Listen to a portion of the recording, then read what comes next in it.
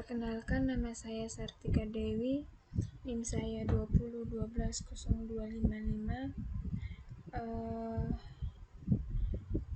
Kelas saya dari kelas E. Di sini saya akan menjelaskan rangkuman dari metode MORA atau Multi-Objective Optimization on the Basis of Ratio Analysis.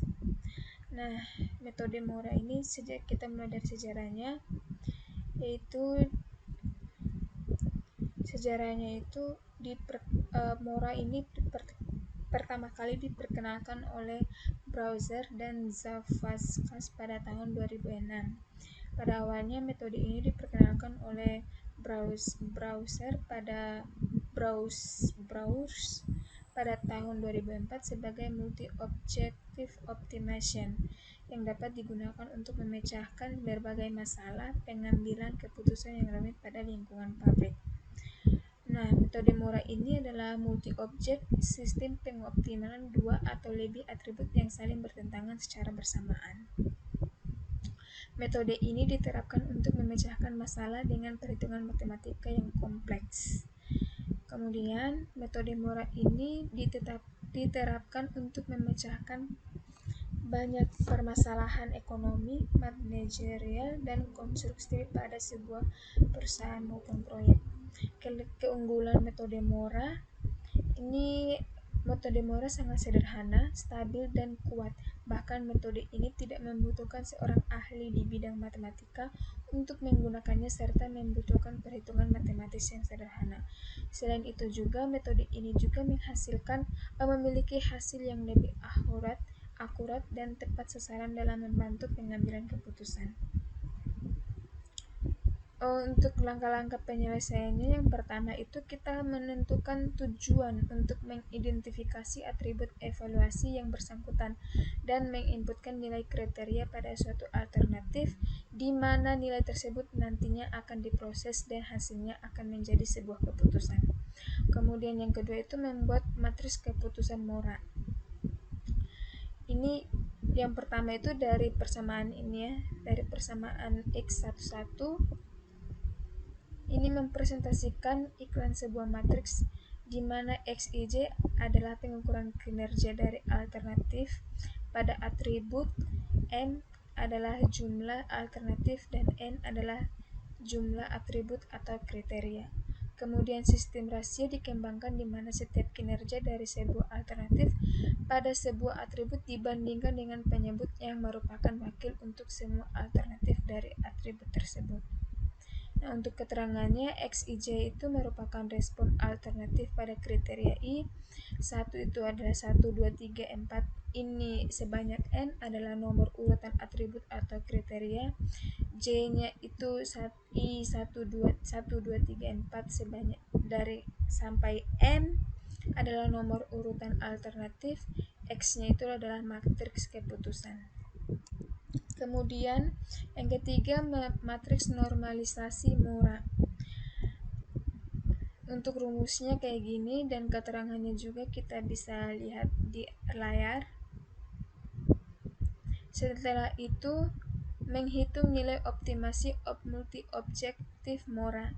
Nah, ini ada dua ketentuan. Jika atribut atau kriteria pada masing-masing alternatif tidak diberikan nilai bobot, maka rumusnya yang kayak gini, seperti yang di layar. Oke. Jika atribut atau kriteria pada masing-masing alternatif diberikan nilai bobot kepentingan, maka rumusnya akan kayak gini. Untuk rumus ini maaf kurang jelas karena ya begitu. Nah, selanjutnya kita akan menentukan nilai ranking dari hasil perhitungan MORA-nya ini. Dari output yang dihasilkan ada dua, yaitu alternatif yang memiliki nilai akhir YI tertinggi, maka alternatif tersebut merupakan alternatif terbaik dari data yang ada. Alternatif ini akan dipilih sesuai dengan permasalahan yang ada karena ini merupakan pilihan terbaik. Sedangkan alternatif yang memiliki nilai akhir YI terendah adalah alternatif yang terburuk dari data yang ada. Nah, itu adalah metode dan rangkuman cara kerja eh, metode Mora. Selanjutnya kita akan masuk ke contohnya. Misalnya ini pemilihan Churling iron terbaik. Nah, ini kita masukkan datanya.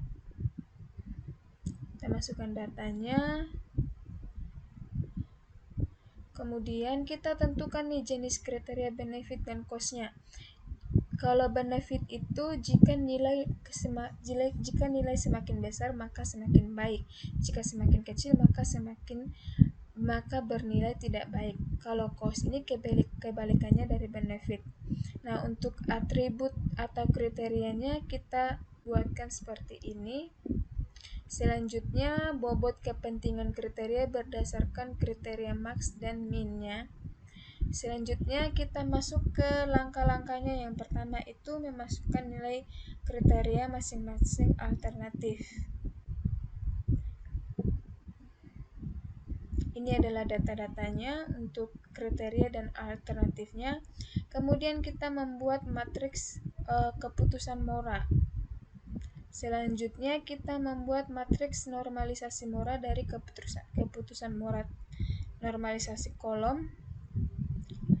Nah, untuk X11 untuk perhitungannya kayak gini, maaf ya, ini salah, kurang jelas. Untuk hasilnya ini X11 0,36, kemudian normalisasi matriks 2,1 atau X21 hasilnya juga 0,36, X31 0,27, X41 0,27 sampai seterusnya. Sampai dia X10,1. Nah, untuk selanjutnya kriteria dan perhitungannya itu samakan dengan perhitungan yang ada di sini ya. Dari sini. Kita menentukannya dari sini. Untuk perhitungannya 2.1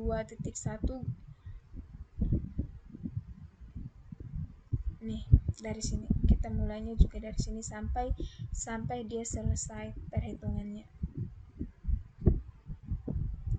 Untuk normalisasi kolom kedua, kolom ketiga, kolom keempat, kolom kelima samakan dengan perhitungan normalisasi kolom 1. Nah, ini untuk hasil dari matriks normalisasi Mora. Selanjutnya kita menghitung nilai optimasi multi objek Mora maksimalnya. Nah, untuk Y1-nya itu dapatnya 13,7, Y2-nya itu 1,01, Y3-nya itu 0,67, Y4-nya minus 0,18. Nah, ini yang untuk singkatnya kita dapatkan kayak gini hasil Y-nya. Selanjutnya kita menentukan ranking dari hasil perhitungan Mora. Dari perangkingan tersebut, hasil sistem pendukung keputusan pemilihan produk Churling iron terbaik adalah Philips Churling HP8605, di mana Philips Churling ini yang paling tinggi nilainya. Nah, itu merupakan salah satu contoh untuk metode Mora. Selanjutnya kita beralih ke studi kasus.